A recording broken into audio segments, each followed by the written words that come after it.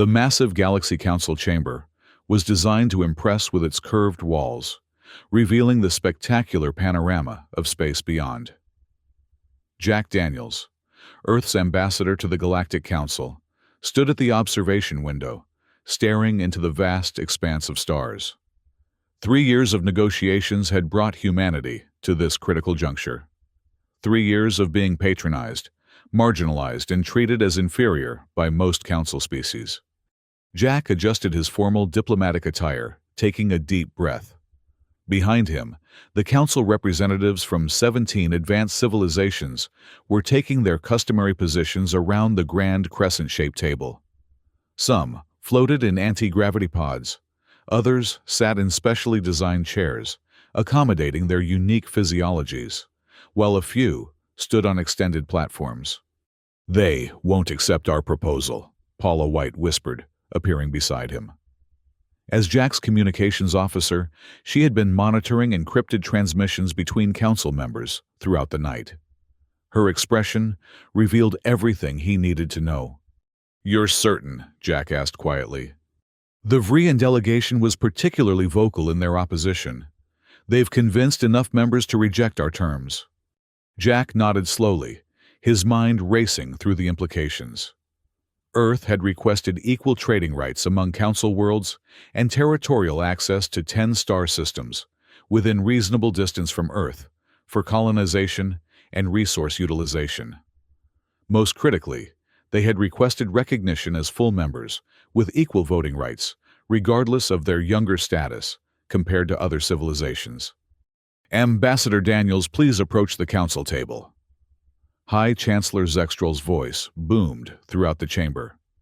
The tall, slender alien skin changed colors as he spoke, shifting through patterns of deep purple and blue, a physical manifestation of what Jack had learned to interpret as smugness and superiority. Jack squared his shoulders and walked forward, conscious of how Earth's future might hinge on the next few minutes. Paula followed a few paces behind, carrying the secure diplomatic tablet containing all their carefully prepared contingency plans. "The Council has deliberated on Earth's petition," Zextral announced, his 4 eyes blinking in sequence. "We acknowledge humanity's remarkable technological advancement in the short time since your species discovered interstellar travel. However, the Council finds your requests ambitious. Particularly troubling is your demand for equal voting privileges." Various council members shifted in their positions. Jack noticed Ambassador Kuruval of the Eldarin civilization, one of the few council members who had shown genuine interest in humanity, watching him intently with multifaceted eyes that seemed to hold ancient wisdom. "The Council's counteroffer," Zextral continued, "is to grant Earth observer status for 50 years, with limited trading rights to 3 neighboring systems, none of which contain habitable planets. After this probationary period, your petition may be reconsidered." A wave of murmurs rippled across the chamber. Jack maintained his composure, though the insult was clear. 3 barren systems, when they had asked for 10 with resources. Observer status, effectively no voice, when they had requested equal membership. 50 years of waiting while Earth's population continued to strain against its resources. This was exactly what Admiral Susan Miller had predicted would happen. Jack reached for his universal translator, removing it slowly from his ear. The symbolic gesture was not lost on the council members, several of whom straightened in alarm. "High Chancellor, esteemed council members," Jack spoke clearly, his words automatically translated by the chamber's systems. "For 3 years, Earth has negotiated in good faith. We have shared technological innovations, cultural treasures, and demonstrated our commitment to peaceful cooperation." He placed the translator on the polished surface of the council table. "Today, I am authorized to inform you that Earth formally withdraws from these negotiations. Protocol Omega is now in effect." The chamber erupted in a cacophony of voices and translator outputs. "This is highly irregular," Zextral exclaimed, his skin flashing bright yellow patterns of alarm. "What is this Protocol Omega? Is this some form of human threat?" Jack smiled thinly. "Not at all, Chancellor. It is simply our recognition that the current diplomatic framework has failed to serve Earth's interests. We will be pursuing alternative arrangements. Ambassador Daniels, Kuruval of the Eldaran, spoke for the first time, his voice resonating with the weight of a civilization 5,000 years older than Earth's. I urge caution. The Council's offer can be improved through continued dialogue. With respect, Ambassador Kuruval, Jack responded, my government has authorized this action as our final position. Earth thanks the Council for its consideration, but will now chart its own course among the stars. Jack turned and walked toward the exit, Paula falling in step beside him. Ambassador Zextrol called out, his skin now pulsing with rapid patterns of alarm and confusion. The Council has not dismissed you. This breach of protocol is noted, Jack finished without turning back. But Earth no longer recognizes the Council's authority over our actions. Good day, Chancellor. As the chamber doors closed behind them, Paula activated her secure communicator. Protocol Omega confirmed and initiated, she reported. Proceeding to extraction point. Jack felt a strange mixture of dread and exhilaration. For 3 years he had played the patient diplomat, while Earth prepared for this moment. Now everything would change. Send the signal to Admiral Miller, he instructed. It's time to show the galaxy what humanity can do when we're underestimated. Aboard the EFS Intrepid, the flagship of Earth's hidden fleet, Admiral Susan Miller received the encoded message with grim satisfaction. A brilliant tactician who had risen through the ranks by challenging conventional wisdom, Miller had spent the last 3 years overseeing humanity's most ambitious military and diplomatic operation. Protocol Omega confirmed, her communications officer reported. Ambassador Daniels has successfully withdrawn from negotiations. The bridge crew of the Intrepid maintained professional composure, though the significance of the moment was lost on no one. Earth had just taken an enormous gamble. Commence Phase 2, Miller ordered. Activate the quantum detection arrays. I want complete surveillance of all Council movements within 50 light-years of Earth space. Yes, Admiral. Miller turned to the tactical display, showing the positions of the 50 Earth ships strategically hidden throughout neighboring star systems. None of these vessels had been revealed to the Galactic Council. While Earth's diplomatic team had been negotiating, Miller had been deploying advanced stealth technology, establishing hidden outposts, and forming quiet alliances with independent civilizations who had their own reasons to resent the Council's dominance. Status of the draft negotiations, she asked her executive officer. Final phase, Admiral. Their leadership is prepared to sign the Mutual Defense Pact once we demonstrate our technological capabilities. Miller nodded. The Drath were a proud warrior species who had refused Council membership, preferring isolation to subservience. Their territory bordered 3 Council systems, making them ideal partners in Earth's new strategy. And our overtures to the Zelnaga and Meridian independence, receptive but cautious. They're waiting to see how the Council responds to our withdrawal. They won't have to wait long, Miller observed, studying the tactical display. The Council will be scrambling to understand what we're doing. First, they'll send observation vessels, then diplomatic entreaties to bring us back to the table. When those fail, they'll attempt intimidation. She straightened her uniform eyes, fixed on the display. And that's when we'll show them exactly why that would be a mistake. In the Council chamber, chaos had erupted following the human delegation's departure. Various representatives argued loudly about the implications with translator systems, struggling to keep up with the overlapping voices. Order Zextrol finally commanded, his skin flashing patterns of intense authority. This chamber will maintain decorum. The noise gradually subsided as Council members returned to their positions. The human action is unprecedented, Zextrol continued. In the Council's 8,000 years of existence, no species has simply withdrawn from negotiations. Perhaps because no species has been offered such insulting terms after 3 years of good faith diplomacy, Kuruval observed quietly. Zextrol's skin rippled with patterns of annoyance. The terms were appropriate for their development stage. Humans are barely 2 centuries into interstellar travel. And yet, Kuruval countered, they have already mastered faster-than-light communication, gravitational manipulation, and energy conversion technologies that took most of our civilization's millennia to develop. That is precisely why caution is warranted. Representative Grax of the Vrian Imperium interjected. The reptilian delegate's scales bristled with agitation. Their technological advancement rate is alarming. Granting them equal status would undermine the very foundations of council hierarchy. What concerns me, Kuruval said, is not what the humans said, but what they didn't say. This Protocol Omega suggests preparation, strategic foresight. Murmurs of concern spread through the chamber. I propose immediate surveillance of Earth and all known human outposts, Grax suggested. The Vrian fleet can deploy observation vessels within 2 standard cycles. Approved, Zextrol decided. But I caution against provocative actions. Ambassador Daniels must be persuaded to return to negotiations. Kuruval's multifaceted eyes seemed to hold a knowing gleam. I suspect, Chancellor, that persuasion is no longer an option. The humans have been planning this withdrawal. The question we should be asking is not what they will do next, but what they have already done while we dismiss them as diplomatic novices. The council chamber fell silent as the implications of Kuruval's words sank in.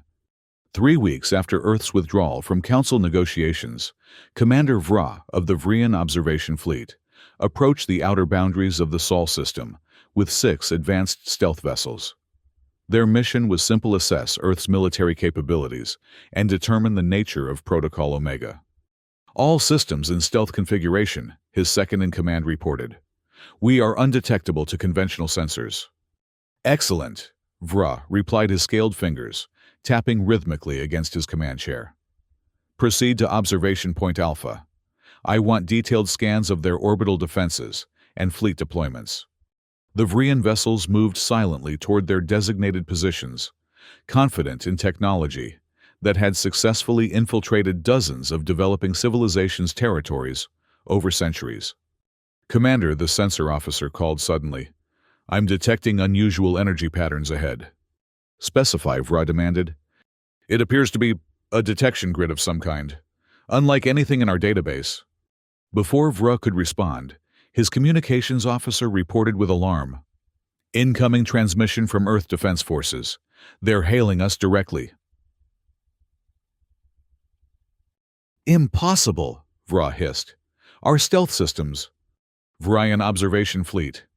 A human voice interrupted, as the main screen activated to show a stern-faced human female in a military uniform. This is Captain Nancy Bell of Earth Defense Force. You are currently violating Earth-controlled space. Your stealth technology has been detected by our quantum detection array. Disengage your surveillance systems immediately. Vra's scales bristled in shock and outrage. No species had ever penetrated Vrian stealth technology, particularly not a civilization as young as humanity. This is Commander Vra of the Galactic Council Observation Mission, he responded, after regaining his composure. We are operating under Council authority in neutral space. There has been a misunderstanding, Commander, Captain Bell replied coolly.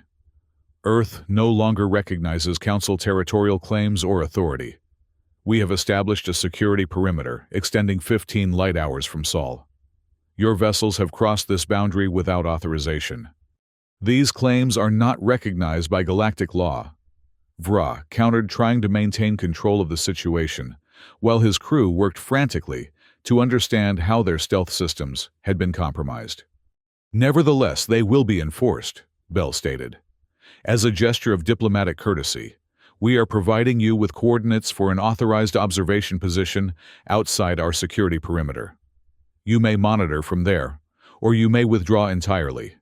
You have 30 minutes to decide. The transmission ended abruptly. How did they detect us? Vra demanded of his science officer. Unknown, Commander. Their quantum detection technology appears to operate on principles our systems cannot counteract. Vra considered his options. Challenging the humans directly would exceed his authority and potentially provoke a military response. Withdrawing completely would mean mission failure. The observation position they offered was less than ideal, but would allow some intelligence gathering. Set course for their designated coordinates, he finally ordered, and prepare a comprehensive report for High Chancellor Zextrol. The Council needs to know that the humans have technology we cannot counter. As the Vrian fleet repositioned, they remained unaware of the Earth surveillance drones, already tracking their every move, and transmission gathering valuable intelligence on Vrian capabilities that would be analyzed by Admiral Miller's team. Over the following months, similar encounters occurred throughout the region, as Council observation missions discovered that humanity had established a far more extensive presence in space than previously revealed. Hidden Earth outposts were detected in 7 star systems, previously thought uninhabited. Colonial operations were underway in 4 systems that had not been part of Earth's official negotiations. Most alarmingly, to the Council, Earthships were observed making regular contact with civilizations that had historically avoided Council-influenced the Drath, the Meridian Collective, and the reclusive Zelnaga. They're forming a coalition, Zextrol realized during an emergency council session. His skin displayed patterns of deep concern that none had seen in decades. While negotiating with us, they were building alliances elsewhere. The diplomatic negotiations were merely a distraction. Grax of the Vrian delegation concluded bitterly. They gathered intelligence on our capabilities, technologies, and diplomatic procedures while preparing their own power base. I warned that the humans should not be underestimated, Kuruval reminded them. Their adaptability and strategic thinking have always been their greatest strengths. What do our intelligence reports indicate about this Protocol Omega? Another council member asked. A holographic display activated in the center of the chamber, showing the movements of Earth vessels and their new allies throughout the sector. It appears to be a comprehensive strategic initiative, the Council's chief intelligence officer explained. Earth has established what they're calling the Mutual Protection Alliance, or MPA, with at least 5 independent civilizations. They've deployed advanced detection systems throughout their claimed territories, revealed a previously hidden fleet of at least 50 capital ships, and established manufacturing and research facilities in multiple systems. How did we miss this level of activity? Zextrol demanded. The humans employed advanced stealth technology and conducted operations in regions we rarely monitor, the intelligence officer admitted. Additionally, they seem to have developed quantum communication methods that our surveillance cannot intercept. The council chamber fell silent as the members processed this information. We must re-establish negotiations, Zextrol finally announced. Offer them improved terms. Chancellor, Grax objected, rewarding their deception would set a dangerous precedent. Would you prefer open conflict with a coalition that has already demonstrated technological capabilities beyond our intelligence estimates? Zextrol countered his skin patterns, shifting to express urgent authority. There is another concern, the intelligence officer added. Our sources indicate the humans have shared their quantum detection technology with their MPA allies. This effectively neutralizes our primary military advantage in the region. The implications were clear. For centuries, the Council's policy of limited technological sharing had maintained their dominance over younger civilizations. Earth had broken this paradigm by freely exchanging advanced technologies with their new allies. I propose a show of force, Grax suggested. The Vrian fleet can deploy to the contested CD-459 system, where the humans are establishing a major outpost. We demonstrate our military capabilities, then offer negotiations from a position of strength. After lengthy debate, the Council approved a modified version of this plan. The Vrian would lead a multi-species Council fleet to the CD-459 system, establish a presence, and then extend a diplomatic invitation to Earth representatives. What the Council did not know was that every word of their supposedly secure session had been monitored by Earth intelligence through quantum infiltration methods developed during the 3 years of diplomatic distraction. Admiral Susan Miller reviewed the intelligence report with a grim smile. So, they're planning a show of force at CD-459. Time to demonstrate the consequences of underestimating humanity. She turned to her communications officer. Contact the Drath High Command and the other MPA members. It's time to implement Contingency Phoenix. The Vrian battle group, supported by vessels from 3 other Council species, arrived at the CD-459 system with impressive force. 20 capital ships and 30 support vessels dropped out of faster-than-light travel near the outer planets their weapon systems powered, but not actively targeting. Commander Vra, promoted after his successful reconnaissance mission, led the operation from the command ship Inexorable Justice. Scans show minimal human presence, his sensor officer reported. 1 orbital facility around the 4th planet, 3 surface installations, approximately 200 personnel. No defensive fleet. Vra questioned scale ridges rising in suspicion. None, detected Commander. Their quantum detection grid is active, so they're aware of our arrival, but they appear to have no significant military assets in this system. Vra considered this information carefully. This contradicts intelligence about the strategic importance of this outpost. Maintain alert status and deploy in standard intimidation formation. Transmit the Council's diplomatic message once we achieve optimal position. The Vrian fleet began its carefully choreographed approach, designed to showcase their overwhelming firepower, while remaining just outside what could be considered an overtly hostile action. Commander, the communications officer called urgently. We're detecting multiple faster-than-light signatures approaching from 2 vectors. Earth reinforcements, Vra demanded. Negative. Signatures match. Drath warships and unknown configuration vessels. They're dropping out of FTL now. The tactical display erupted with new contacts as over 60 vessels materialized on either side of the Council fleet. The distinctive angular silhouettes of Drath battlecruisers were unmistakable massive heavily armed ships, built by a culture that valued martial prowess above all. Alongside them were sleek Earth vessels and ships of at least 3 other designs. We're being surrounded, the tactical officer reported, unable to keep alarm from his voice. Before Vra could issue orders, the communication system activated, displaying the image of a human male in an Earth fleet uniform. Council forces, this is Admiral Jason Peters of the Mutual Protection Alliance. Your fleet has entered protected space claimed jointly by Earth and our MPA allies. Stand down your weapon systems immediately. Vra's scales bristled with rage and dismay. This is Commander Vra of the Galactic Council Authority. We are conducting legitimate operations in unclaimed space. Your alleged territorial claims are not recognized. That's where you're mistaken, Commander, Peters replied calmly. The CD-459 system was formally claimed by the Drath Empire 3 standard months ago, with the full support of their MPA allies. Your intelligence is outdated. As if to emphasize this point, a Drath battlecruiser moved into visual range, its massive weapons arrays clearly visible.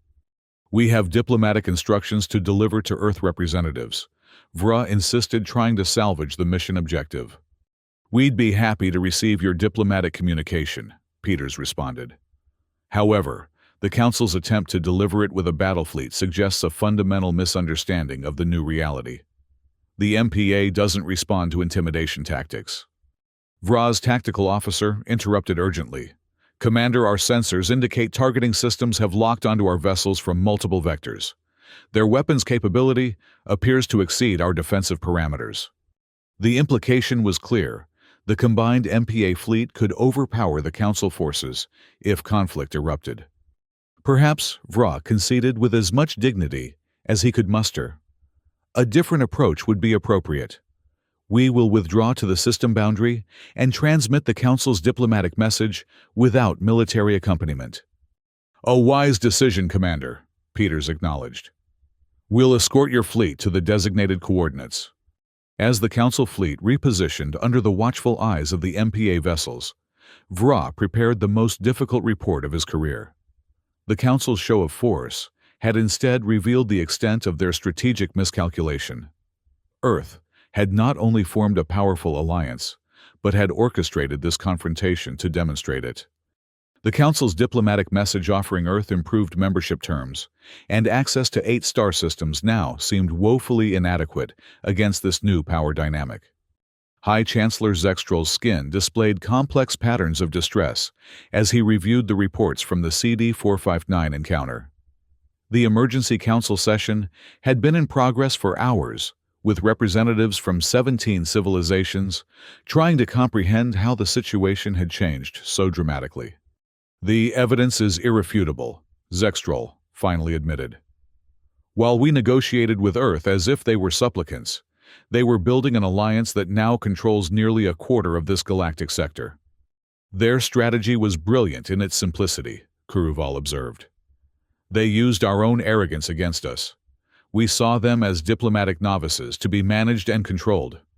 Meanwhile, they approached other civilizations as equals, offering genuine partnership. The Drath would never have allied with the Council," another member noted. "Their culture values strength and independence too highly. Yet somehow Earth persuaded them. Because Earth approached them with respect," Kuruval explained. "They offered technology sharing mutual defense and equal standing, exactly what they asked from us, and were denied." Zextrol's skin shifted to patterns, indicating reluctant acceptance. "We must adapt to this new reality. I propose we extend a new offer to Earth, full Council membership with equal voting rights, access to all 10 star systems they originally requested, and recognition of their mutual protection alliance." Chancellor Grax objected. "This completely undermines the Council's established hierarchical principles. The hierarchy has already been undermined." Zextrol countered his patterns, showing finality. "We can either adapt or become irrelevant in the face of this new coalition. The MPA already includes 7 civilizations with combined resources comparable to the Council. Intelligence suggests they are in discussions with 5 more independent worlds." The vote was not unanimous, but the majority of Council members recognized the necessity of the new approach. A formal diplomatic mission without military escort was dispatched to Earth with the Council's most generous offer in centuries. Ambassador Jack Daniels received the Council delegation in the newly constructed Earth Diplomatic Center in Geneva. 3 years of negotiations in the Council chamber had required him to stand before their elevated positions. Now, Council representatives sat as equals at a round table of Earth design. High Chancellor Zextrol himself led the delegation, his skin displaying patterns of formal diplomatic respect. Ambassador Daniels, the Galactic Council extends its revised offer for Earth's membership. "We propose full Council status with equal voting rights, unrestricted access to the 10 star systems originally requested, and formal recognition of Earth's leadership role in the Mutual Protection Alliance." Jack reviewed the formal document, noting how dramatically the terms had improved from the Council's previous offers. "This is certainly more aligned with Earth's interest, Chancellor. However, I'm afraid the situation has evolved beyond this framework." Confusion rippled through Zextrol's skin patterns. "I don't understand. These terms meet all of your original requirements." "They meet our requirements from 3 years ago," Jack clarified. "Since then, the Mutual Protection Alliance has established its own cooperative framework. Earth is not in a position to unilaterally join the Council while maintaining our MPA commitments." "Are you suggesting," Zextrol asked incredulously, "that Earth is rejecting Council membership?" "Not rejecting, Chancellor. Proposing an alternative." Jack activated a holographic display showing the structure of the MPA, now encompassing 12 civilizations, including Earth and the Drath. The MPA would welcome the Galactic Council as a partner organization. We could establish protocols for cooperation, shared defense responsibilities, and coordinated diplomatic initiatives. The Council representatives exchanged alarmed glances. "You're inviting the Council to join your alliance." Zextrol clarified, his skin displaying patterns of disbelief.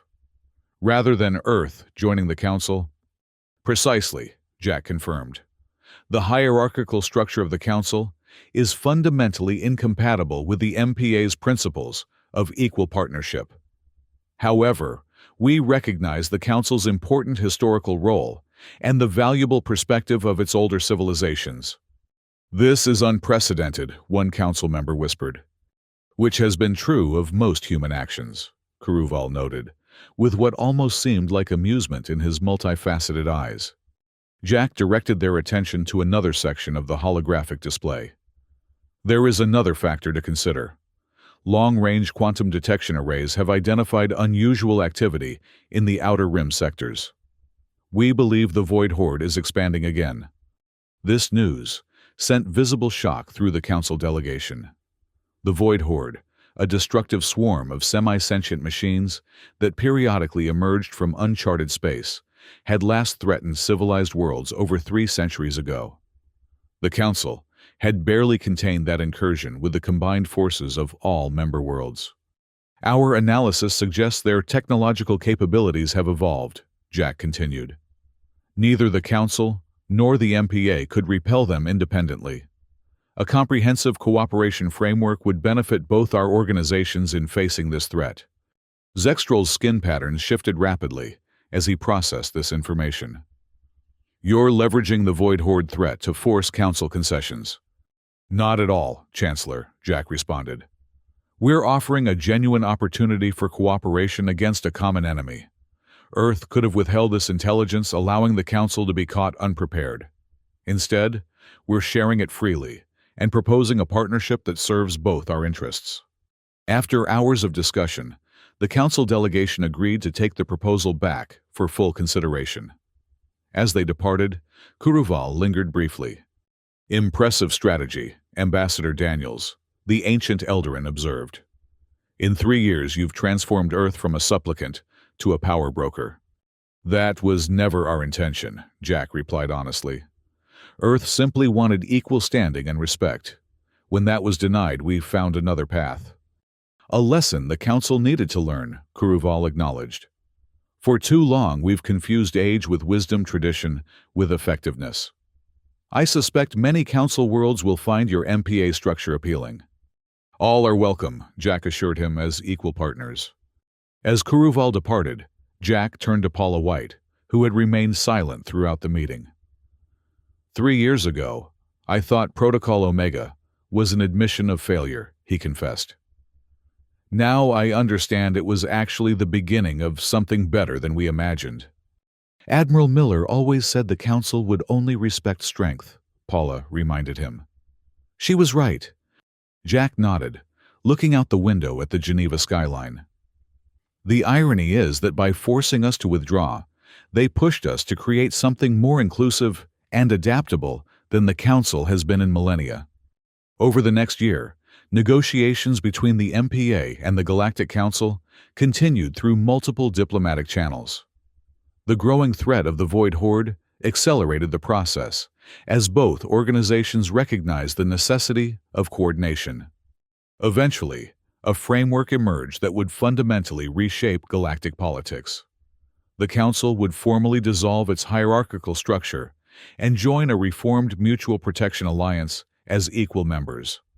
In its place would arise the Galactic Cooperative, an organization built on Earth's principles of equal representation, regardless of a civilization's age or technological development stage. As the formal transition approached, Admiral Susan Miller and Ambassador Jack Daniels met aboard the newly commissioned Harmony Station, a massive diplomatic and cultural hub constructed in Earth orbit as the future headquarters of the Galactic Cooperative. 17 Council worlds, 15 former independents including the Drath, and all original MPA members. Miller noted reviewing the final roster. 32 civilizations in total with equal voting rights and resource-sharing protocols. Plus, observer status requests from 6 pre-interstellar civilizations that we've made first contact with, Jack added. The cooperative framework is already proving more attractive than the Council's approach of isolation and control. They stood in Harmony Station's remarkable central garden, a vast biodome containing plant species from all member worlds, symbolizing their unity in diversity. Engineers had created specialized environmental sections, allowing species with different atmospheric requirements to mingle in comfortable proximity. The Void Horde advance has been contained at the Perseus boundary, Miller reported. Joint fleet operations have proven remarkably effective. The Drath battle tactics combined with Vrian sensor technology and Earth quantum communications give us significant advantages. Who would have thought, Jack mused, that our greatest diplomatic achievement would come not from staying at the negotiating table, but from walking away from it? It was never about rejecting cooperation, Miller replied. It was about demanding the right kind of cooperation, based on equality, rather than subordination. Their conversation was interrupted by the arrival of High Chancellor Zextrol, soon to become simply Representative Zextrol, in the new Galactic Cooperative. His skin displayed patterns of formal respect, with undertones of what Jack had learned to recognize as thoughtful reflection. Admiral Miller, Ambassador Daniels, Zextrol greeted them. The final preparations for tomorrow's inauguration ceremony are complete. A historic moment for all our civilizations. Indeed, Representative Zextrol, Jack acknowledged. Though perhaps not the history any of us anticipated 3 years ago. I have been meaning to ask, Zextrol said, his skin patterns shifting to indicate genuine curiosity. When you initiated Protocol Omega, how much of this outcome had you predicted? Jack and Miller exchanged glances. Protocol Omega had multiple contingency paths, Miller explained diplomatically. This particular outcome, reforming galactic governance entirely, was considered a low-probability scenario. We would have been satisfied with establishing the MPA as a counterbalance to the Council. In other words, Zextrol observed, we exceeded your expectations in our miscalculations. Perhaps, Jack suggested, it's more accurate to say that all our civilizations have exceeded expectations in our capacity to adapt and find common ground. Zextrol's skin displayed patterns of acknowledgement. A generous interpretation, Ambassador. Nevertheless, the lesson has been valuable. Age does not always confer wisdom, nor does tradition guarantee effectiveness. As Zextrol departed to attend to final preparations, Miller turned back to the garden view. You know the Vrian delegation still believes this was all an elaborate Earth strategy, from the beginning that we planned every step, from withdrawal to galactic reorganization. Jack laughed. Let them believe it. The reputation will serve humanity well in future negotiations. And tomorrow, Miller added, a human representative will preside over the inaugural Galactic Cooperative Assembly. Not bad for a species the Council considered too immature for equal membership. The greatest victories, Jack reflected, sometimes come not from winning the game, but from changing its rules entirely. Beyond the station's transparent dome, Earth rotated serenely against the backdrop of stars, no longer an isolated world seeking acceptance, but the architect of a new galactic order, founded on principles of equality, cooperation, and mutual respect. Protocol Omega, initially conceived as a desperate contingency plan, had transformed into the beginning of an unprecedented era of interstellar collaboration. In the gardens of Harmony Station, representatives from 32 worlds gathered, their diverse biologies and cultures united by a shared vision of cooperation without hierarchy. And as Jack Daniels prepared to open the first Galactic Cooperative Assembly, he reflected that humanity's greatest contribution to galactic civilization had not been technology or military strategy, but a simple, powerful idea that true strength comes not from domination, but from partnership among equals.